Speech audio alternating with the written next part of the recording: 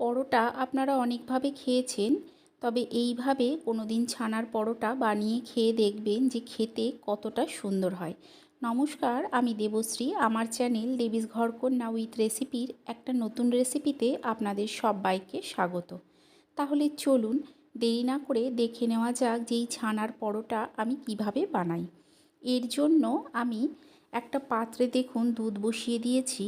এখানে আমি 1 লিটারের মতো দুধ বসিয়েছি। প্রথমে দুধটাকে ফুটিয়ে নিতে হবে।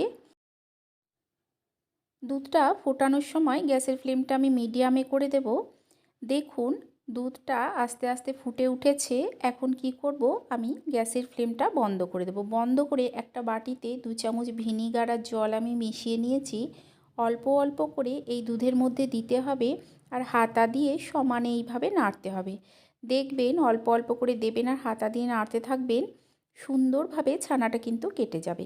দেখুন আস্তে আস্তে কাটছে, এই ছানাটা সম্পূর্ণ কেটে গেছে। এখন কি করব, এই ছানাটাকে আমি একটা ছাঁকনির উপরে সাদা কাপড়, সুতির সাদা পরিষ্কার কাপড় বসিয়ে নিয়ে তাতে এটাকে ছেঁকে নেব। সমস্ত ছানাটাকেই ছেঁকে নিয়ে আমি কি করব, এই জলটা সাইডে রেখে দিয়ে, যেহেতু ভিনিগার দিয়েছিলাম টক ভাবটা কাটানোর জন্য 2-3 বার ভালো করে জল পাল্টে ধুয়ে নেব। ধুয়ে নিয়ে ছানাটাকে সাইডে রেখে দেব। অন্যদিকে দেখুন আমি নিয়েছি ময়দা। এর জায়গায় আপনারা আটাও নিতে পারেন। দিয়ে দিলাম স্বাদ অনুযায়ী লবণ। আর এতে দিয়ে দেব আমি অল্প মিষ্টি। মিষ্টির জন্য অল্প একটু চিনি দিলাম। এটা দেবেন, পরোটাটা খেতেও ভালো হবে আর নরমও হবে। এর সঙ্গে দিয়ে দিচ্ছি কিছুটা সাদা তেল।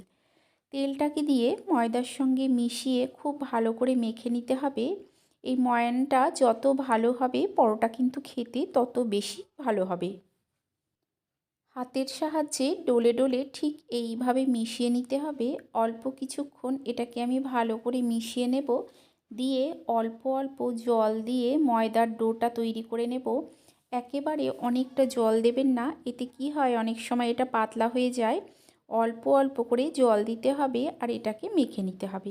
দেখুন আমি এটাকে সুন্দরভাবে মেখে নিচ্ছি। ঠিক এইভাবে হাতের সাহায্যে ভালো করে এটাকে মেখে নিতে হবে।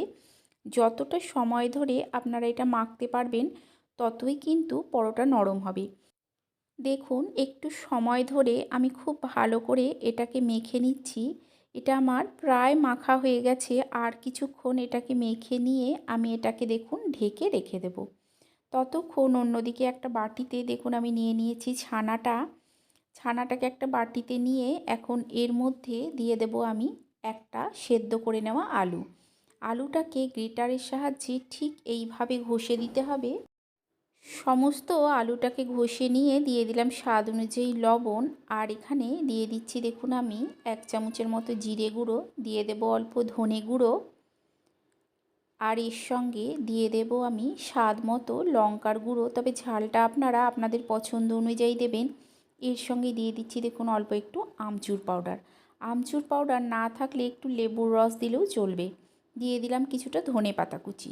দিয়ে সমস্ত কিছুকে খুব ভালো করে একসঙ্গে মেখে নিতে হবে। ছানার সঙ্গে আলু আর এই সমস্ত মশলা একসঙ্গে খুব ভালো করে আমি মেখে নেব। আপনারা চাইলে এটা হাতের সাহায্যেও মাখতে পারেন। দেখুন সমস্ত পুরটাকেই আমি মেখে রেডি করে নিয়েছি। এখন অন্যদিকে আমি ময়দাটা নিয়ে নেব। ময়দাটা নিয়ে একবার ভালো করে মেখে নেব। এতে ময়দাটা সুন্দর করে মাখা হয়ে যাবে। আরও একবার হাতের সাহায্যে কিছুক্ষণ ঠিক এইভাবে মেখে নিতে হবে। মেখে নিয়ে এর থেকে আমি দেখুন লেচি করে নিয়েছি। প্রথমেই লেচিটাকে গোল করে একটা বাটির আকারে গড়ে নিতে হবে। দুটো আঙ্গুলের সাহায্যে ঠিক এইভাবে ঘুরিয়ে ঘুরিয়ে গোল করে একটা বাটির মতো তৈরি করে নেব। তারপরে এর মধ্যে যে পুরটা তৈরি করে রেখেছিলাম তার থেকে চামচে করে নিয়ে এইভাবে দিয়ে ওপর থেকে আমি কিছুটা ময়দা দিয়ে দেব। ময়দা দিয়ে হাতের সাহায্যে এইভাবে প্রেস করে দিয়ে এর মুখটা ঠিক এইভাবে বন্ধ করে দিতে হবে।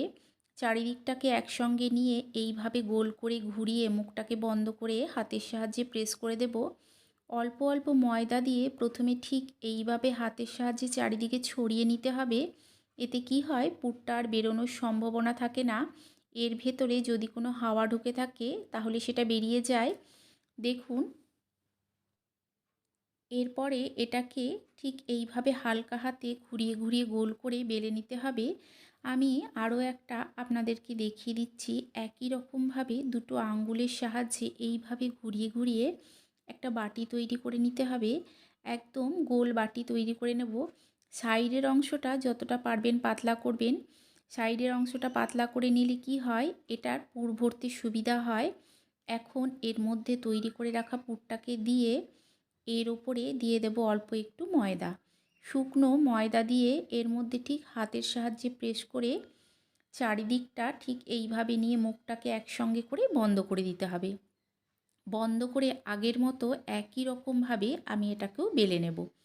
অল্প অল্প করে ময়দা দিয়ে ঠিক এইভাবে হাতের সাহায্যে প্রেস করে হালকা হাতে ঘুরিয়ে ঘুরিয়ে একদম গোল করে এটাকে বেলে নিতে হবে। দেখুন আমি এটাকেও বেলে নিয়েছি। অন্যদিকে আমি একটা প্যান বসিয়ে দিয়েছি, তার মধ্যে প্রথমেই দিয়ে দিলাম পরোটাটা।